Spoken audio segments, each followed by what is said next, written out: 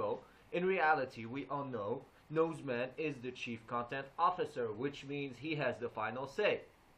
Which means also, another thing, and another evidence, his name is on the credits of every show. But when something bad, the problem with these marks, they'll blame the others. But when something good happens, oh, Triple H has a brilliant wrestling mind. No, no, no, no, no. I've said it before on my previous reaction. When I reacted to Pilana's video, Pilana, I told him, yeah, it took you long enough to realize it. Same thing nowadays. Now I'll see what this is about. Let's get going, shall we? They say stars are made, not born. But I believe LA Knight was something different. He wasn't manufactured in a performance center. A performance center that Triple H killed. Shot it on its foot from the get-go. He wasn't handed a 20-year legacy with his last name.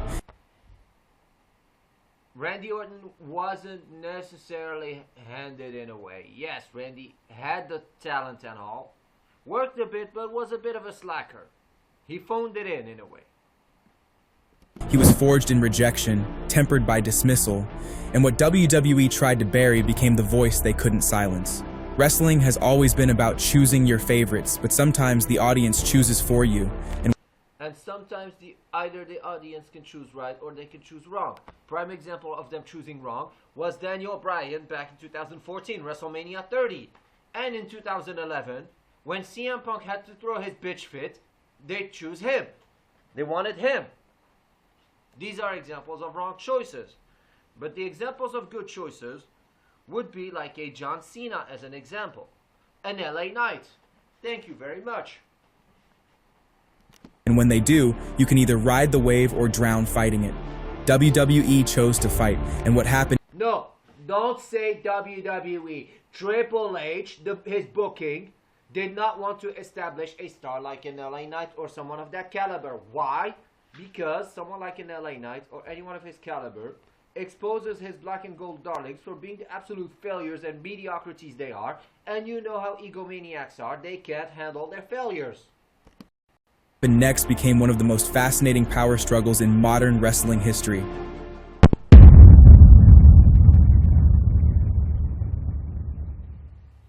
February 14th, 2021, NXT TakeOver, Vengeance Day.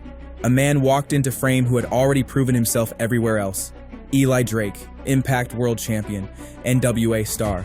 A decade of perfecting the craft while WWE developed talent in temperature-controlled warehouses. He came back not as a prospect, but as a finished product, and he was a finished product all along. It was a waste of time to send him to NXT because he understands the fundamentals, like I said on the Awesome on LA Night, which I invite you to check it out if you didn't. Him or like a Karrion Kross or Killer Kross if you prefer, are people that instead of wasting their time on the indies doing flips and kicks and blah blah blah like a Johnny Gargano, Sami Zayn, Gunther, Kevin Owens, and most of Noseman's trash, those examples right there understood that as a wrestler, they said I need to have a character, understand how to tell stories, how to be a safe and reliable worker, and reduce the chances of getting injured. These people are smart people. Renamed him LA Knight. From my perspective, that debut should have been a coronation. He cut promos like he owned the building. The $1 Million Championship feud with Ted DiBiase and Cameron Grimes wasn't just good television. It was a reminder of what wrestling used to sound like. Real, charismatic, dangerous. On June 13th, 2021, Knight won the $1 Million Championship at NXT TakeOver in Your House. 70 days later, he lost it back to Grimes, but the reactions never stopped. The crowd was always his, and I think that's when the problem started.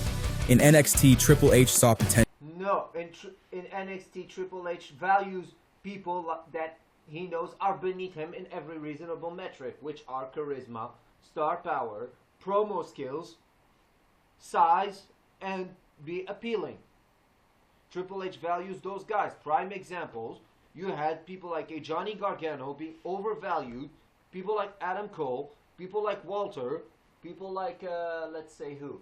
Kevin Owens and Sami Zayn being overvalued during their days in NXT. But when you saw them on the main roster, they completely flopped. They're flops and failures. No, but we're supposed to believe that people like Sami Zayn and Kevin Owens are legit, even though you see them, they're like random person. You turn your eyes off and you forget about them. Potential, but on the main roster, Vince McMahon saw a number. 40 years old. In WWE's math, 40 equals finished. Always the thing of blaming Vincent Kennedy McMahon. Yeah, Vince may have his flaws, but let's say he gives you a gimmick. No matter how shitty it is, if you can make it work, you prove to him that you're a competent talent. Or let's say he tells you you suck, and you prove him wrong. You'll earn Vince's respect. But with Triple H, no. It means to him you're getting over and you're getting too hot for your own bridges. So he'll shut you down. But Vince, if you prove him wrong, you'll earn his respect and he'll trust you to some capacity. Something Triple H didn't and never will. He only trusts his darling because they'll kiss his ass. By early 2022, Knight's NXT run was ending. His final major program against Gunther at Stand and Deliver on April 2nd, That right there is one of Triple H's favorites. A personification of mediocrity and a zero in every reasonable metric. 2022 ended in defeat, but the loss didn't matter. The reactions mattered, so WWE called him up, and that's when they tried to kill him. May 20th. They did not try to kill him in a way, but what you can say is, even it's been said before, it's up to the talent to take something and make it work. How come Baron Corbin made work a gimmick even though, like a King Corbin? Was it cringe? Absolutely. How come he made it work to some extent? Oh, they tried to bury him with this. I wonder. Or like, let's say, who? Many people have said it. It's up to the talent to make things work. And I'm not the only one saying it. Even John Cena said it. 2022, SmackDown. A man appeared in a tailored suit, slicked back hair, and an accent that belonged nowhere near Shawn Ricker's Maryland roots. They called him Max Dupree, a talent agent, a manager for the Maximum Male Models. A punchline. Knight himself admitted he thought it was a rib. And I even think to my past, and I'm like, man, I had so much freedom to kind of be me and do my thing, and now I'm doing this damn, whatever this stupid model thing is. When they pitched the character, he asked what the hell he was looking at. They told him we had concerns about his age, that he wasn't the average 40-year-old didn't matter, that he had no major injuries didn't matter, the number mattered, so they made him a manager. And I believe those 4 months were designed to break him. Not maliciously, but systematically. No, it was a way to, because yeah, you've been maybe successful on the indies and blah blah blah, but you're in anything you'll go, whether it could be a company or whatever, they put you to the test. If they see that you make things work, they'll get invested in you. That's what you need to understand, my friend. It's not just in wrestling, it's in wrestling and in any other job. Let's say you have thousands of years of experience. Yeah, you justify them by paper and all. But if by paper and all, you're absolutely correct on it. But in reality, you cannot do shit. That means you've wasted that time for nothing. Thank you. If you can't be a star, you can be useful. Knight refused to quit. He committed to the bit. He tried to make it work. And when it became clear the gimmick was dying, he waited. September 30th, 2022. Max Dupree walked away. 1 week later, he beat down Mace and Mansoor, and the name came back. LA Knight. The crowd remembered. They had never forgotten. Under new creative leadership from Triple H following Vince McMahon's retirement, allowed the resurrection. But the damage was done. Allowed a 50-50 booking. That's what it allowed under Triple H. Because he sees that people have charisma, star power and all. Much like the Vince guys, what happened to them under Triple H? Getting jobbed out. That's what happened. 4 months of momentum erased. And to me, that's the unforgivable part. WWE didn't just waste time, they wasted belief. Always WWE. Who was in charge recently? Frod Levesque. And how he treats people that are talented. Thank you.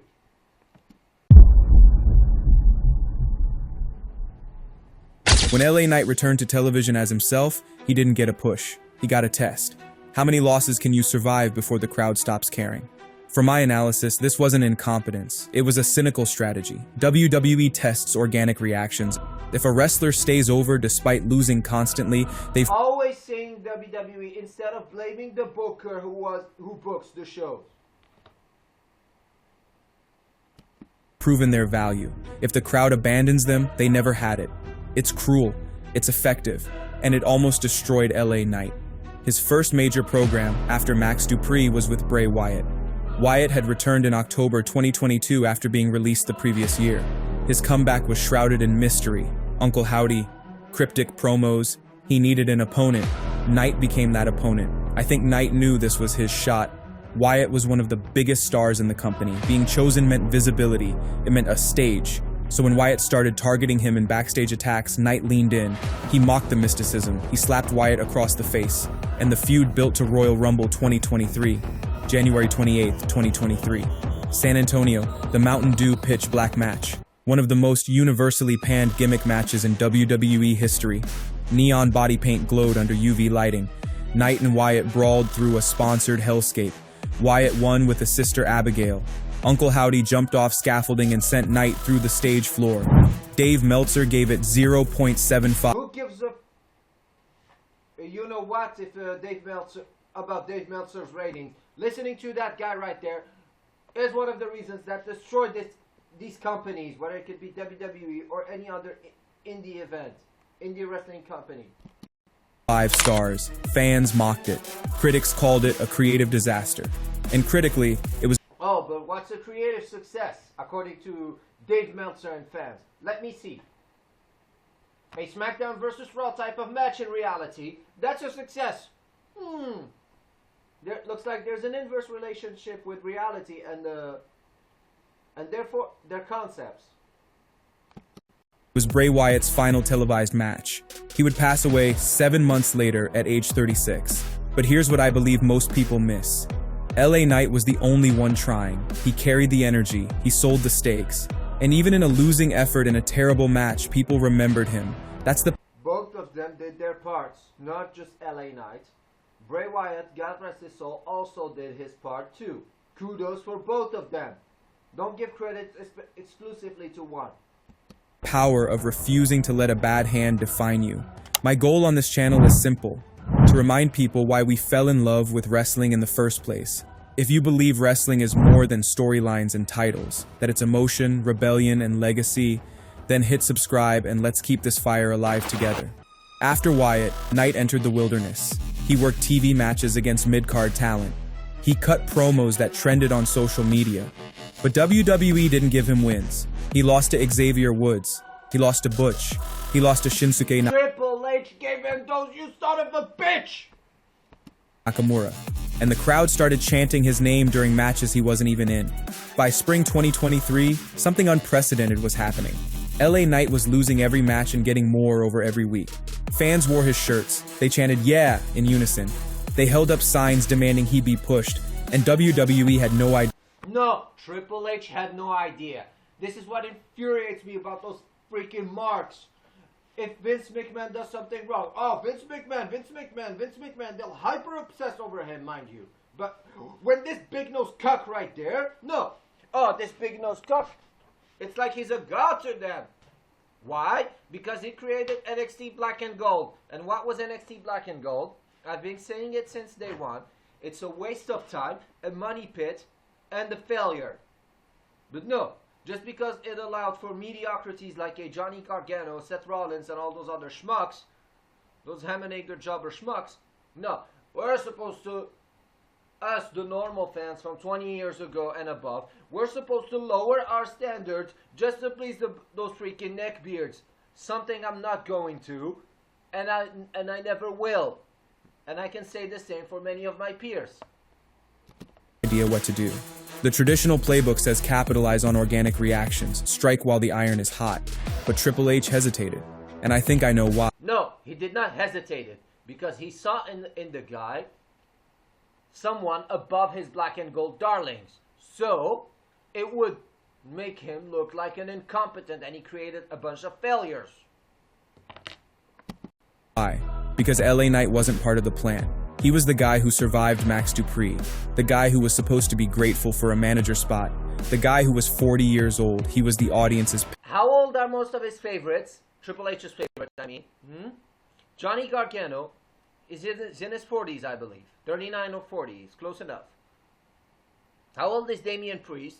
43. How old is Cody Rhodes? 40. How old is Prima Donna? 47. Who else is one of his favorites? How old is Seth Rollins? Close to 40. Yet they were getting pushes.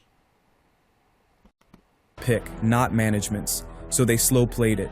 They gave him moments, not momentum, and it nearly cost them everything. أما أجر الكفن فقال النبي صلى الله عليه وعلى آله وسلم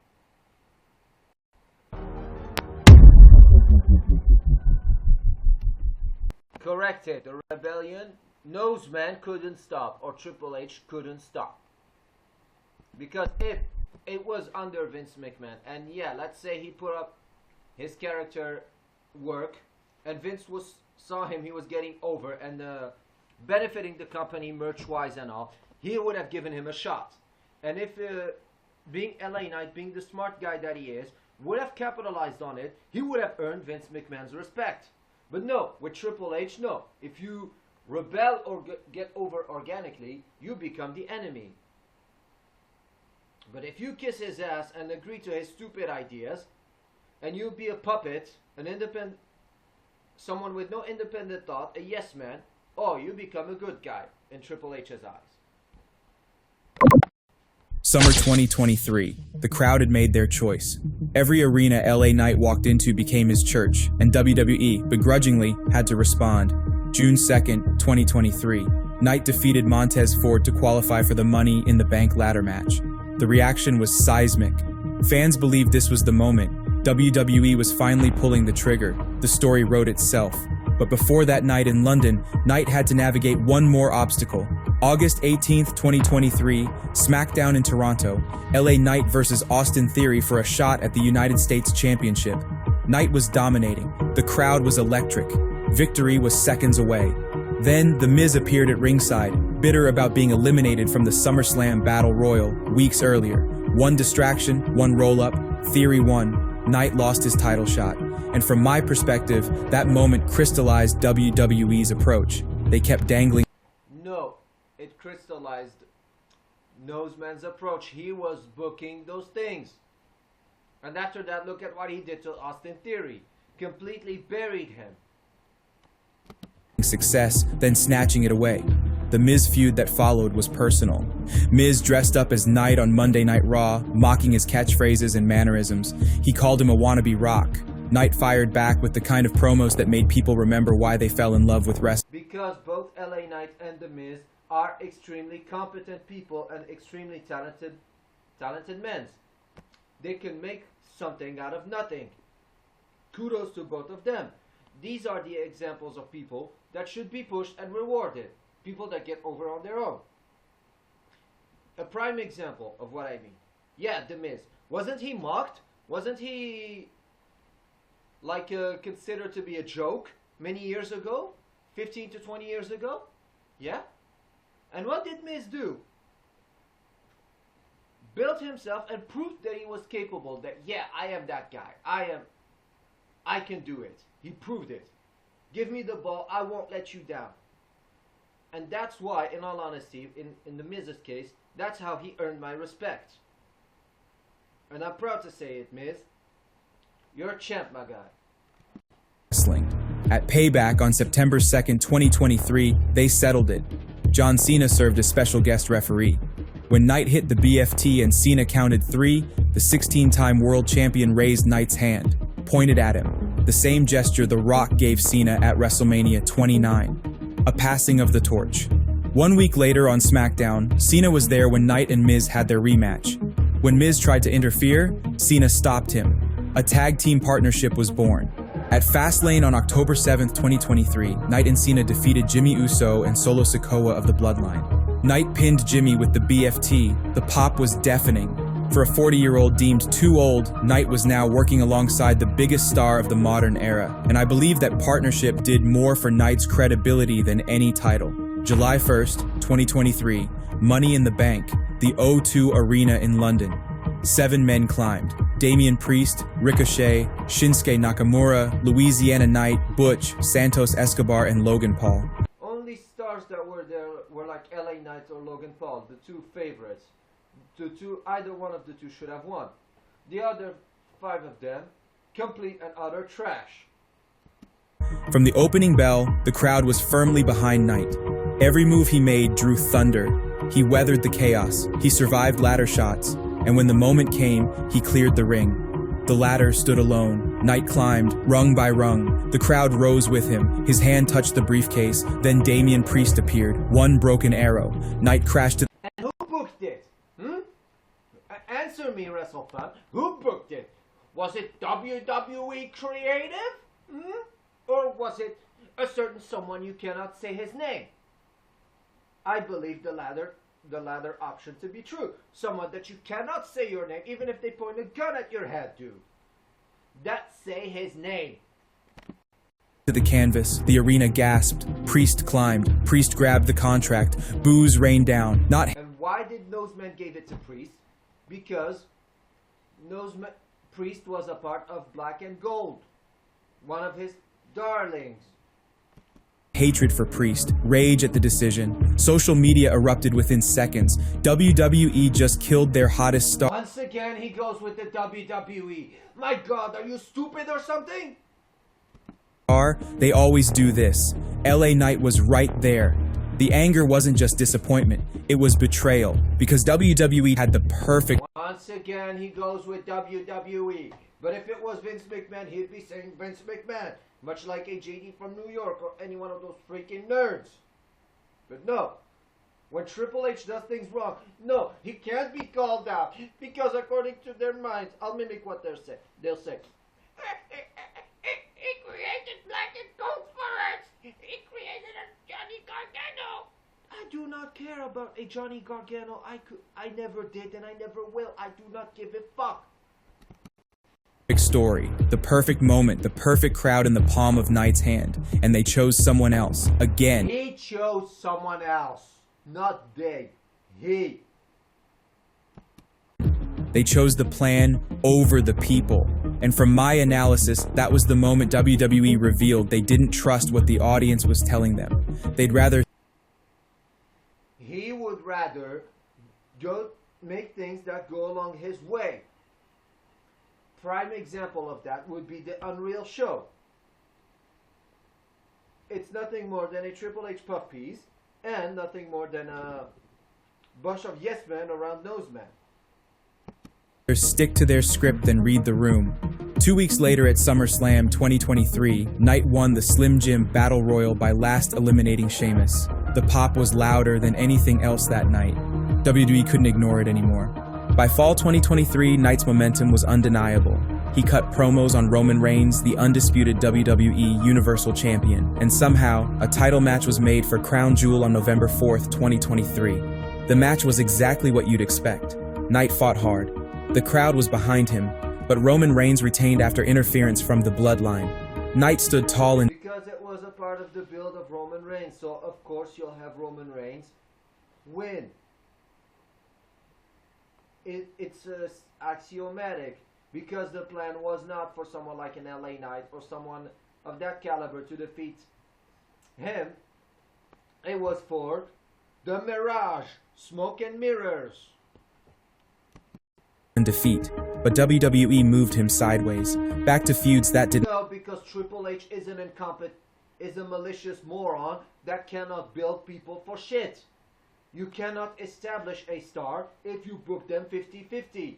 You want to establish a star, you have them lose dirty via interference, or like via a DQ, or via some heelish shenanigans. That would be believable, and that's what was done many years ago. But you know, under Triple H, yeah, 50-50 booking, 50-50 booking, pop and flop, friendship and betrayal, blah blah blah blah blah. His typical algorithm. didn't matter. At Royal Rumble 2024, But if you are a Sami Zayn or someone of that caliber, you'll be winning in ways that go beyond tolerable absurdity. I'm just saying. Knight was thrown into a fatal four-way match for Reigns' championship alongside AJ Styles, Randy Orton, and Roman Reigns. Again, Reigns retained. Again, Knight couldn't get over the hump. And again, Because it was a part of the Roman Reigns build. the crowd grew restless. But something was building. Arena signs multiplied. We want LA Knight. Knight equals sign ratings. Every show became a referendum. And finally, WWE gave in. Logan Paul was a problem. The YouTube star... No, people hyper obsessed over Logan Paul because they saw someone, a young man in Logan Paul, that didn't waste his time on the indies, yet he's better than most of their favorites, and they cannot accept it. Those marks. Yeah, I don't know, I'm not invested enough to know what he does in real life and all. I do not care. But when I see him as a talent, I see someone that's extremely competent and someone you can rely on. And the fact he is better than most of your roster, that exposes Triple H for being the absolute incompetent doofus that he is. And how much of a failure NXT Black and Gold was. Turned United States champion, had held the title for 273 days, but defended And that's all you'll notice nowadays under Triple H. Long title reigns that have absolutely no meaning whatsoever. it only twice. He appeared when his schedule allowed, and the fans hated it. Knight Oh, but they don't hate it when Cody Rhodes does it nowadays. Huh? They don't hate it. But no, when someone like a Logan Paul or a Brock Lesnar that has star power, no, they'll hate it. Fucking hypocrites. Knight saw an opportunity. Throughout early 2024, he called out Paul's absence. He mocked the part-timer narrative. And when WWE couldn't ignore the reactions anymore, they built to the inevitable. June 28, 2024, Madison Square Garden. Knight pinned Paul in a triple threat qualifier with an assist from New York Knicks star Jalen Brunson. The crowd erupted. The match was set for SummerSlam. August 3rd, 2024, Cleveland, Ohio, SummerSlam. Paul arrived with Machine Gun Kelly dressed as security. Knight arrived in a Prime Energy drink truck and smashed through the window. The match was chaos. Paul used brass knuckles. The match was done great according to both talents, being LA Knight and Logan Paul, because both of them are extremely competent people and they know how to make something work out of nothing. Knight Kudos persevered, to LA Knight and kudos to Logan Paul. and when the blunt force trauma connected, the building exploded. LA Knight was finally a champion on the main roster. And in my opinion, that Mid-card champion, but you had a Damian Priest and Jey Uso, Gunther, Seth Rollins, prime examples of mediocrities, world champions before him, and he's above all of those four jabronis combined. that win should have meant everything. Much like a Drew McIntyre. Knight himself promised to defend the title every week, take it around the world, elevate its prestige. From my perspective, this was the moment WWE finally acknowledged what the audience had been screaming for 2 years, but I believe what happened next reveals the fundamental disconnect. Knight's first reign lasted 119 days. He never had a real feud. He defended against Santos Escobar. He gave it so that Triple H gave it to him so that, see, I gave him the first title and he didn't capitalize on it, blah, blah, blah, blah, blah. Just because he knows that he can work those freaking marks. He knows that they have such a low IQ, probably in the negative digits, that they'll buy everything. He'll feed them. Prime example would be how they bought into the hype of Cody Rhodes, which is probably one of the videos I'll be doing this upcoming week. They bought into the lie that Cody Rhodes went in and reinvented himself when all he did was prostituting his father's death for the longest time. Ludwig Kaiser, solid matches, but Knight should be squashing a mediocrity like Ludwig Kaiser because Knight is above that looking schmuck in every reasonable metric. no story, no heat. And here's the most damning part. WWE's most captivating talker barely cut promos as champion. Again with the WWE. Not Triple H, the one who books. Creative ignored what made him stand. Triple H. He has the final say.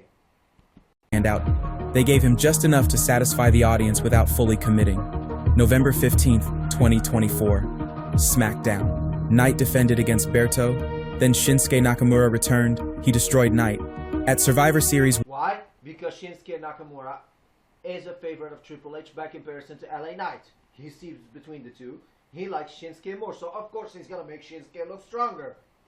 War Games on November 30th. Knight's 119-day reign ended. Nakamura hit the Kinshasa. 1, 2, 3. New champion. And to me, that loss represented something painfully familiar.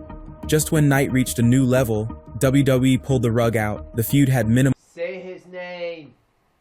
build-up, about 2 weeks. Nakamura held the championship for 97 days and did nothing of note. He was a placeholder. On February 28th, WWE announced a tournament. Knight defeated Santos Escobar, then outlasted Jacob Fatu and Carmelo Hayes in a triple threat final. March 7th, 2025. SmackDown in Philadelphia. Knight fought Nakamura. Nakamura tried the Red Mist, tried a chair. Knight hit the BFT onto steel and recaptured the United States Championship. Only to lose it to Jacob Fatu because Noseman in his mark mind. I'll mimic what Noseman says. I need a prop to have the feud between Solo and Jacob have a rhyme or reason other than being the typical friendship and betrayal. That's what he would say. For just $27, you can generate as many videos as you want and never have to worry about showing your face on camera. The crowd erupted, justice served, but Knight's second reign wasn't a coronation. It was 43 days, 6 weeks. At WrestleMania 41 on April 19th, 2025 in Las Vegas, Knight defended against Jacob Fatu, the Samoan werewolf. The match was brutal, physical. Knight countered a moonsault with a BFT. Fatu grabbed the rope. Then Fatu crushed Knight with back-to-back moonsaults. 1, 2, 3. New champion. Fatu was 32. Knight was 42. And I believe that night confirmed what many feared. Knight's Confirmed what many feared. Who's the current champion nowadays on Raw? A 47-year-old. And who's the champion on SmackDown once again? A 40 to 41-year-old. Thank you. So don't miss me with that bullshit, will you? Championship reigns weren't about building him. They were about building others. After WrestleMania, It was, in a way, yes it was, but not completely. The other part that you're missing is Triple H gave it to him out of spite. Like, see, I gave it to him, he didn't capitalize on it because he's an incompetent, or make up some lie like he usually does. Knight moved to Raw. He entered the World Heavyweight Championship picture. But from my perspective, it was more of the same pattern. Knight received 2 shots. August 4th against Seth Rollins ended in disqualification after CM Punk interference. August 31st at The main feud in Triple H's mark mind was the CM Punk and Seth Rollins Clash in Paris, a fatal 4-way involving Rollins, Punk, Jey Uso, and Knight. Knight didn't win, and throughout fall 2025, a frustrating pattern emerged. Knight lost a triple threat #1 contenders match to CM Punk on October 13th. Punk took the pin on Jey Uso, not Knight. But the following week, Jey won a battle royal to earn another championship shot. Jey got pinned, then immediately received another opportunity. Knight, who wasn't pinned, received nothing. October 28th. Knight lost to Braun Breaker, but during his entrance, Knight grabbed a sign from the audience. It read, "We want LA Knight, not Jey Uso." He held it up to the camera. The moment went viral. According to reports, Knight wasn't officially disciplined, but his absence from Raw the following week fueled speculation. I believe WWE didn't punish him with fines. They punished him by continuing to avoid pushing him despite his popularity. Throughout, because Noseman, as I've said it before, when you stand up to him, no, you're getting too hot for your bridges, instead of like proving that you have guts and you stand for your beliefs. Because it's all about his ego and what he wants. Yeah, let's say, for example, you demonstrate to Vince McMahon, like, let's say, he told me I suck. Let's say, let's hypothesize. I met Vince McMahon and he told me I suck. I told him, you know what, sir? I'll prove you wrong. Give me a chance, and if I fail, and you want to give up on me, that's fine. But if I prove you wrong, You'll give me a proper push. I'm just saying, as an example. And let's continue with that. Let's say I proved him wrong. I know he'd push me. I'm just saying. Because guys like Vince McMahon will think benefit over ego. Benefit for both sides other than ego. But no, Triple H, it's ego, even if it means ruining the company. All of this, Knight kept working, kept delivering, kept getting reactions, but he wasn't getting the sustained push his popularity demanded. Here's what I believe is happening. WWE gave Knight just Again with WWE. Triple H is the one who books the fucking shows, you fucking moron!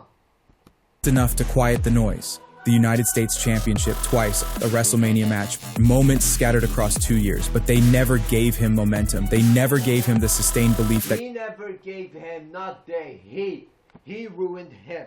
LA Knight was a missed opportunity. Karrion Kross was a missed opportunity. Bobby Lashley was a missed opportunity. Even Edge treated him like crap on his way out. Let's say who else also. John Cena treated him like crap that he made this year his retirement tour. Roman Reigns got treated like crap that he's not caring anymore. Brock Lesnar treated him like crap when he jobbed him out to Cody Rhodes. I know he gave him a win over Cena because Cena's on his way out, and once Cena leaves, Brock Lesnar's gonna be next on those men's radar. Watch it. Who else? Randy Orton treated him like crap. Drew McIntyre also treated him like crap. that creates legends. There's a difference between throwing someone a bone and actually investing in their success.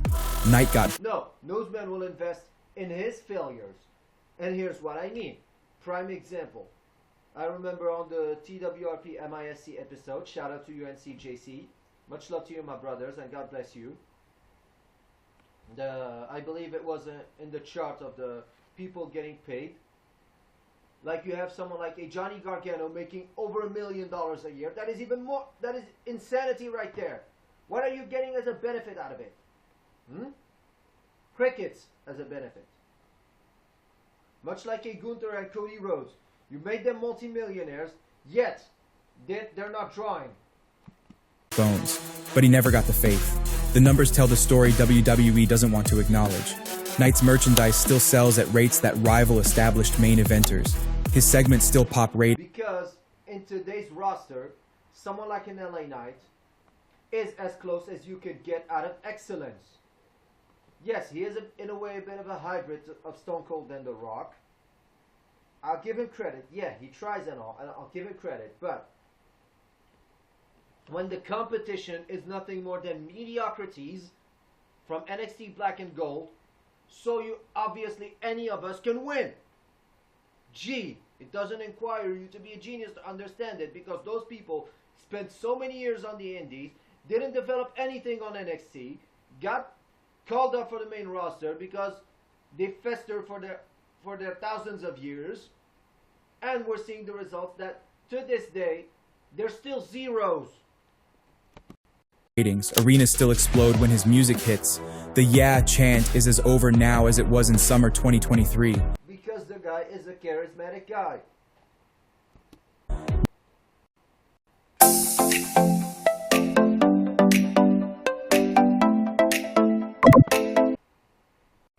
Nothing has changed except WWE's willingness to capitalize on it.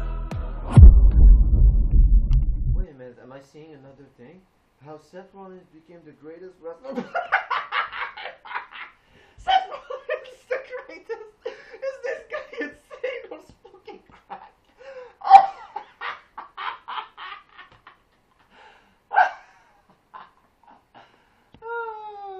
Sorry. Seth Rollins the greatest. Sorry, I'm trying to contain myself, but I can't. Seth Rollins.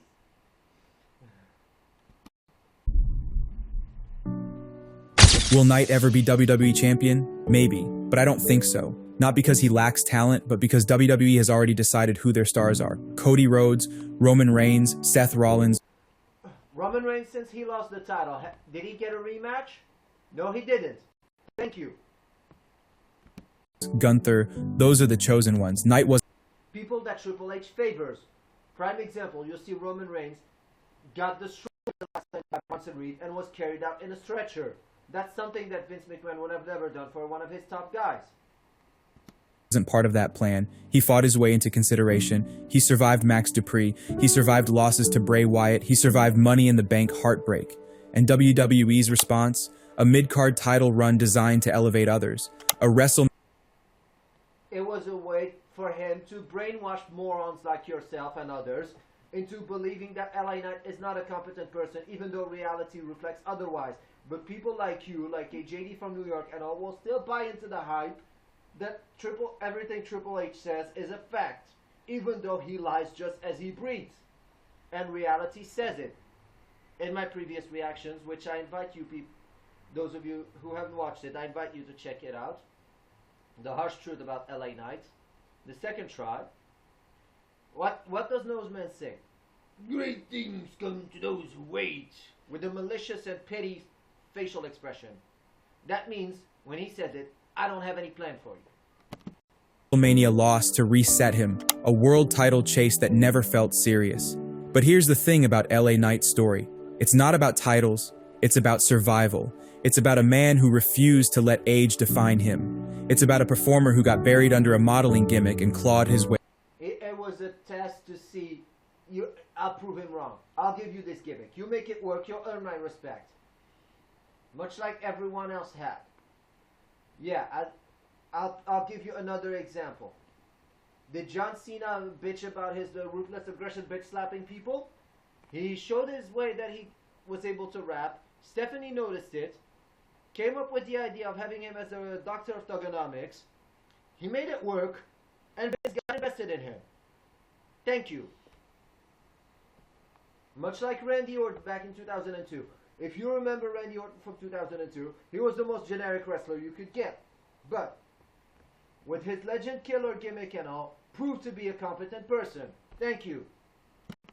Way back. It's about an audience that saw something real in a world of manufactured moments. They tried to kill LA Knight with Max Dupree. They tried to kill him with losses to Bray Wyatt. They tried to kill him by giving Damian Priest the money and... No, Triple H booked those things, you retarded autistic moron. The bank briefcase when the entire arena was chanting Knight's name. They tried to kill him by taking his championship at WrestleMania, but every time they lowered him into the ground, the crowd pulled him back out. And here's what I know for certain. You can't kill what refuses to die. You can't silence what the people have already amplified. And you can't plan around the one thing wrestling has always run on, belief.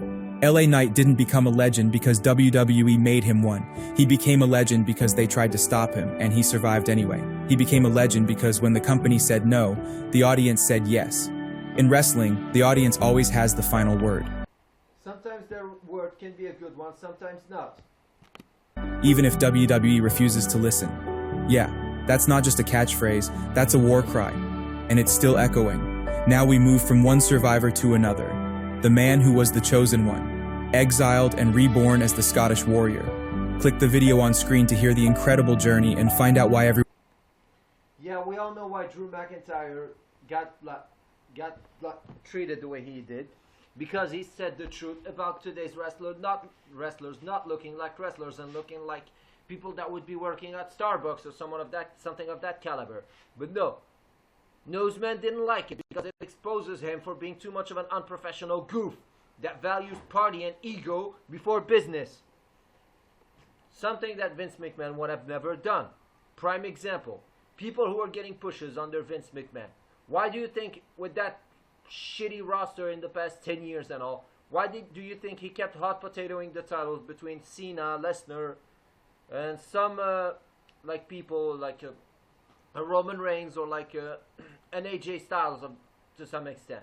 Because at least those people are competent and look believable as such. Not like a Jey Uso or a Gunther or Seth Rollins and a feminine dancing queen. Thank you very much. And I think overall that's about it for today's reaction. I hope you guys enjoyed it. Make sure to subscribe if you aren't subscribed already. Turn on the notification, hit the like button, and share around. So with that being said, I'll see you next time. Peace out.